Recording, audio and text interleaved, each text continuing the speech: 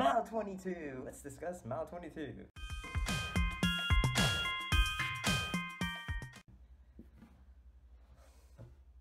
So the film Mile 22 is a 2018 American action thriller film directed by Peter Berg. It stars Mark Wahlberg, John Malkovich, Lauren Cohen, Iko Uwais, and Ronda Rousey. The plot of the film was it follows a CIA task force composed of paramilitary officers from like a certain group of the government, and they got to escort a asset to get into like an asylum because he's being chased by his government and he wants protection, and he has some things that will basically help them catch a bunch of terrorists, and all that. So, what did I think about this? Well, I gotta say, since this is the fourth, actually this is the, I'm trying to figure out how many, this is the fourth Peter Berg and Mark Wahlberg film they've done together. Usually Mark Wahlberg in Peter Berg films, he usually plays likable characters, such as in, like, say, Deepwater Horizon, Patriots a Day, or Lone Survivor. He plays likable characters. I mean, they have flaws, but at the same time, you actually kind of like the characters. You learn to appreciate the characters, or like them. Whether they're going through bad situations, like having to survive a oil drill disaster, or help try to figure out a bomber who has doing a Boston race. However, Peter Berg's issues, I think, is that he's very good at adapting stories that already have a story. I think one of the issues, he can do a story, but he can't do a story that has to be original. While this escort mission is been done before, I gotta say the only redeeming quality of this film is I probably butchered his name, and I really enjoyed this guy. He's great. If you don't know who he is, you should check out the Raid films. They're Indonesian martial arts films. They're really great. If you like foreign films, you will like them as well. They're really great films.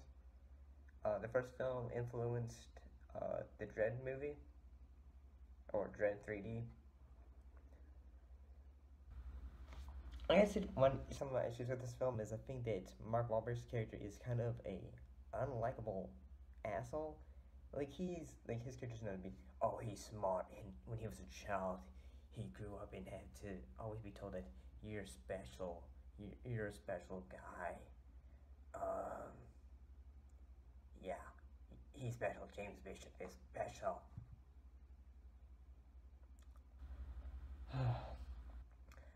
He does this annoying thing where he just says, there's a flashback scene where he goes, say, whenever you feel like you can't control something, just do this rubber band thing, and it just, he does it so many times in the movie, he just becomes so annoying, and you just think, would you stop, dude? It's getting annoying. It's gotten old now.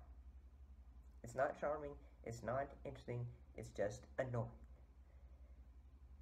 And no offense to Ronda Rousey, she's a great athlete, but she's underused in this film. She doesn't do much at all. She just goes around pointing, brr, brr, I'm going to shoot a bunch of bad guys, and I do. Permission to shoot the guy. Permission granted. Boom. I mean, she's better than, I guess, when she was in Fast and Furious 7, but that's not saying much. Also, I was gonna like the fact that John Malkovich is in this. John Malkovich, he's a great actor. In my opinion, he's able to make things that aren't good, okay.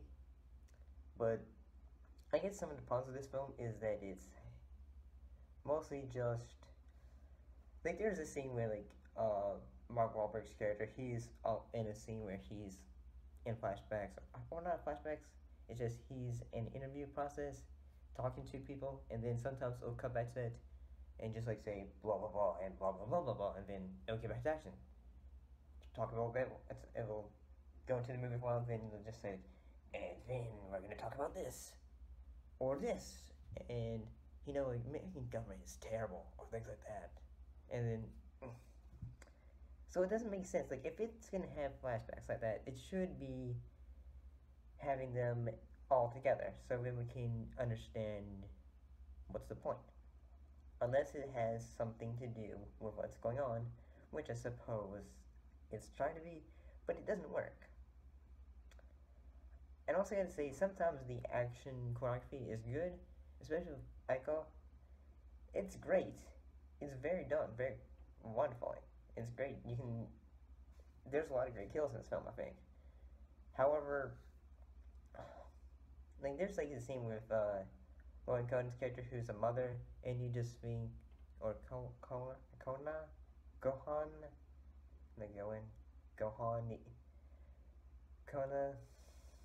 She's in The Walking Dead. I think she was also in The Boy.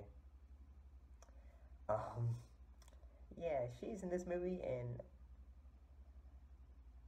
she has a whole like subplot where she's a mother and her not allowed to see her kids because of her job, and the fact that she's working so much means her husband's pissed me off. Like, there you go, we don't want you around anymore. Then he just,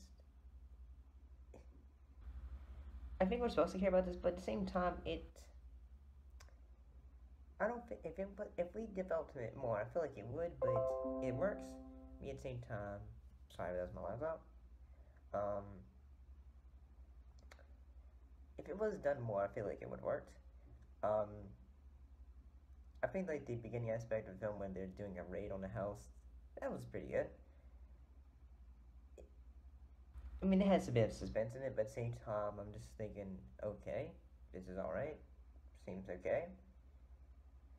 I guess also one of the issues though is that the camera work sometimes it's good, sometimes it's just like going like if I was just holding the camera right now and just like saying like, and you only saw half my face, or if I was running like in Hardcore Henry, but you just I don't know.